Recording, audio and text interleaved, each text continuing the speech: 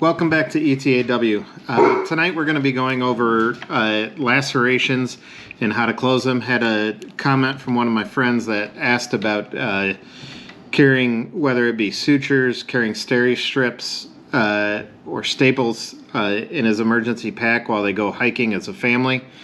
Just for emergencies, what I recommended to him and what I recommend to everybody are typically steri strips if you feel like you really have to close something. Although I will caution you, most wounds do heal better if they're left open, as long as we properly clean them and take care of them. But if we need to close something, what I typically recommend in the backcountry is steri strips, a little bit less permanent. So if we have a wound, the first thing we want to do is we want to clean it. We want to use is copious amounts of water is what the literature says, but at least 60 mLs of clean water to rinse it out.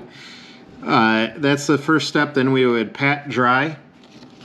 Next thing we want to use, this is by Steri-Strip, benzoin.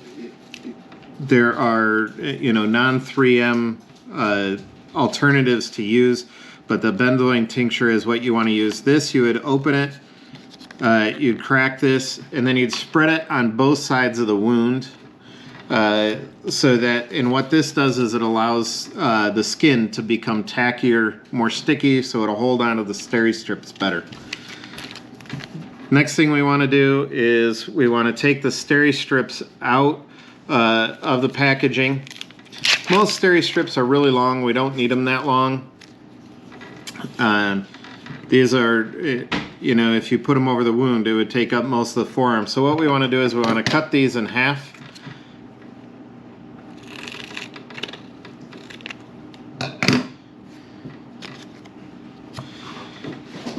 So now that we have the benzoin tincture on, we've cleaned it really well with at least 60 mLs of clean water.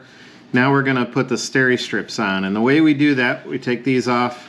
Of course, you'd have gloves on. And we want to take 2 steri strips off. We're going to put one right at the top, about halfway there. And we're going to do one right underneath it on the other side of the wound.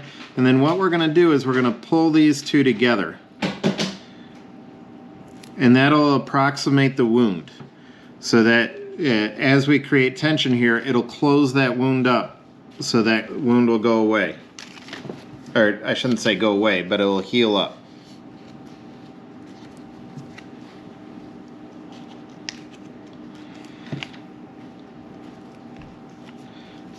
So then the next thing we want to do is we want to come down to the bottom again. Put that there. Put that there. We're going to tack those down, and then we're going to pull to close those up.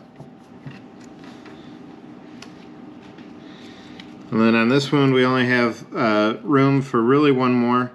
You could cut this in half and do the same technique, or if there is one side or the other that needed to close to approximate better, you just put it on that side and then pull it over.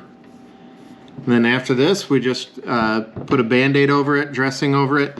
If you're really worried about the wound and things getting in the wound, you could actually even apply glue over this as well to make it adhere a little bit better.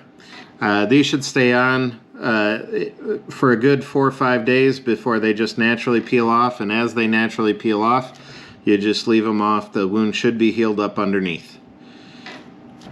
Thanks again for watching. Live or die, it's up to you.